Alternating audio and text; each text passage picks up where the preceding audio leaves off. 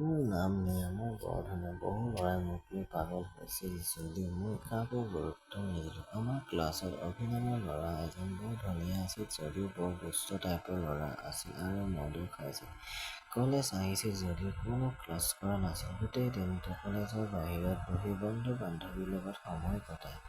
কলেজৰ পৰা অহা যোৱাৰ সময়ত প্ৰতিদিনে তেওঁক দেখা পাইছিলোঁ। মই তেওঁৰ আনবোৰৰ দৰে গুণ্ডা বুলি গণ্য কৰিছিলোঁ। মই তেওঁক ভয় কৰিছিলোঁ। বাৰ্ষিক অনুষ্ঠান আমাৰ কলেজৰ কেইদিনমান পিছতে অনুষ্ঠিত হ'বলগীয়া আছিল। গতিকে কলেজখনৰ কেইটা অনুষ্ঠানৰ প্ৰস্তুতি পূৰ্ণগতিত চলি আছিল। মইও নৃত্যত অংশগ্ৰহণ কৰিছিলোঁ আৰু আখৰাৰ বাবে কলেজলৈ সোনকালে যাব লগা হৈছিল। ৰাতিপুৱা ৮ বজাত কলেজ পালোগৈ, কিন্তু তেতিয়ালৈকে অভিৰ বাহিৰে তালৈ কোনো অহা নাছিল। প্ৰথমতে তেওঁক দেখাৰ পিছত মই ভয় খাইছিলোঁ, কাৰণ সেই সময়ত কলেজত মোৰ আৰু তেওঁৰ বাহিৰে আন কোনো নাছিল। কিছু সময় মই তেনেকৈ থিয় হৈ আছিলোঁ। মই তেওঁৰ ফালে চাই থাকিলোঁ। অভিও মোৰ ফালে চাই থাকিল, কিন্তু তেওঁ মোক একো কোৱা নাছিল। কিছু স্বাভাৱিক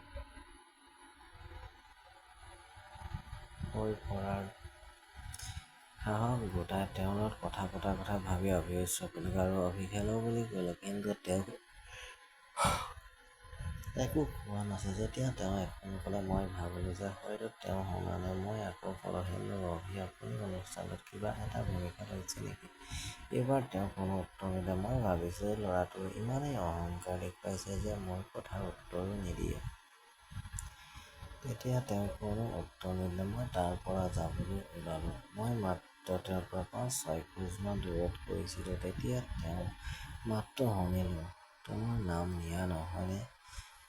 মই পিছফালে ঘূৰি গৈ তেওঁক ক'লো, হয়, কিন্তু মোৰ নামটো কেনেকৈ জানিব?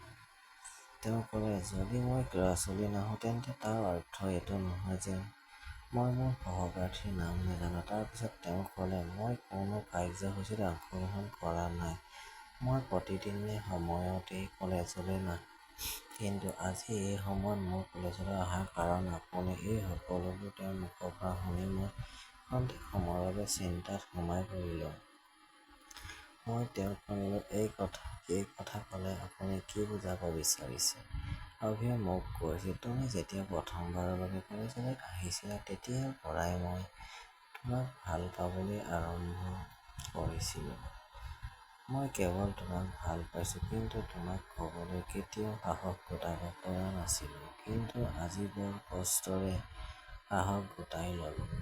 এই সকলো তথ্য গোটাব পাৰিছোঁ। আৰু যিয়ে নহওক, কলেজত মোৰ ভাৱমূৰ্তি এজন গুণ্ডা, গতিকে কোনো ছোৱালীক আপোনাৰ লগত কথা পাতিব পৰা নাছিলোঁ। কিন্তু আজি মই বহুত সুখী। মই তোমাক এই কথা সাহসেৰে কৈছোঁ যে মই তোমাক ভাল পাওঁ। তেওঁৰ কথা শুনি মই কেইমিনিটমান ভাবি আছিলোঁ যে যদিও এই ল'ৰাটোৱে কলেজত ঘূৰি ফুৰে, কিন্তু মোৰ লগত কথা পাতিবলৈ ইমান ভয় কৰে। যিমানেই নহওক কিয়, কোনো ছোৱালীৰ লগত তেওঁৰ বিষয়ে একো শুনা নাই। তেতিয়া তেওঁৰ মাতটোত মোৰ দৃষ্টি আকৰ্ষণ কৰিলে। তেওঁ ক'লে, কি ভাবিছা? মোক যেনে ল'ৰা বুলি ভাবিছা সেই ধৰণৰ ল'ৰা নহয়। পৰিয়ালৰ ভাল ল'ৰা। কলেজত মাত্ৰ অলপ বেয়া আচৰণ কৰোঁ, কিন্তু মই গুণ্ডা নহয়।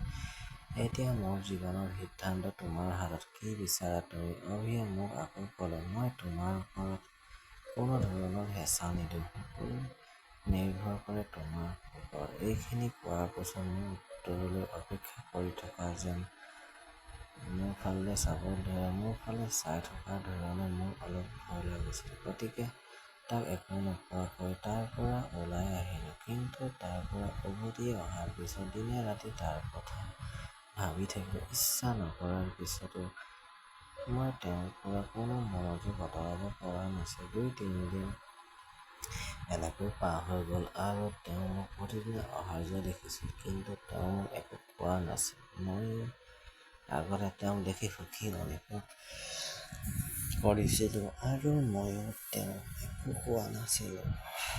মইও অনুভৱ কৰিবলৈ ধৰিলোঁ যে হয়তো মইও অভিৰ প্ৰেমত পৰিছোঁ।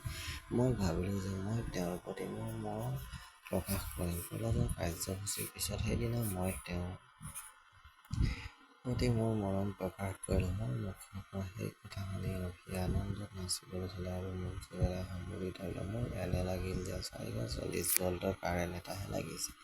মোৰ উশাহ নিশাহ গধুৰ হ'বলৈ ধৰিলে আৰু মোৰ হৃদস্পন্দনো দ্ৰুত হ'ল।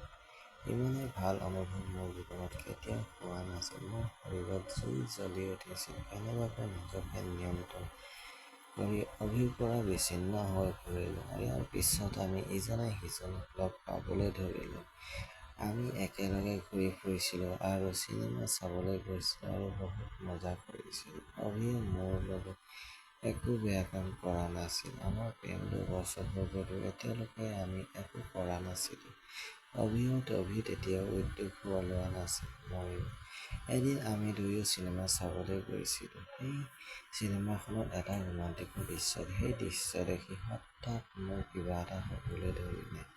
সি মোক চিনেমা হলত ধৰি মোৰ ৰংবোৰ চুহিবলৈ ধৰিলে। কিছু সময়ৰ পাছত অভিয়ে মোক ক'লে, জান, আজি তোমাক বহুত ভাল পাব মন গৈছে। আনকি মইও তেওঁৰ এই কামৰ বাবে তেওঁক ভাল পোৱাৰ মনটো অনুভৱ কৰি আছিলোঁ। তাৰ পিছত কি হ'ল, তেওঁৰ মুখৰ পৰা এই কথা শুনিবলৈ মন গ'ল। অভিক ক'লো যে মোৰ মন যায়। তাৰ পিছত কিছু সময়ৰ পাছত আমি তাৰ পৰা উঠি এখন হোটেললৈ আহিলোঁ। হোটেলৰ কোঠাত উপস্থিত হোৱাৰ লগে লগে আমি দুয়ো উঠি আমাৰ আৰম্ভ কাম কৰিলোঁ। জ্ঞান হেৰুৱাই প্ৰেমৰ সাগৰত ডুব মাৰিবলৈ ধৰিলোঁ। সি মোক বৰ জোৰেৰে কৰিলে। এই দিনটো সি কেতিয়াও পাহৰিব নোৱাৰো, কাৰণ আটাইবোৰৰ পিছতো সেইটোৱেই আছিল মোৰ প্ৰথম। তাৰ পিছত দুয়োৰে বিয়া হ'ল। আজি অভি আৰু মই স্বামী স্ত্ৰী হৈ বহুত সুখী।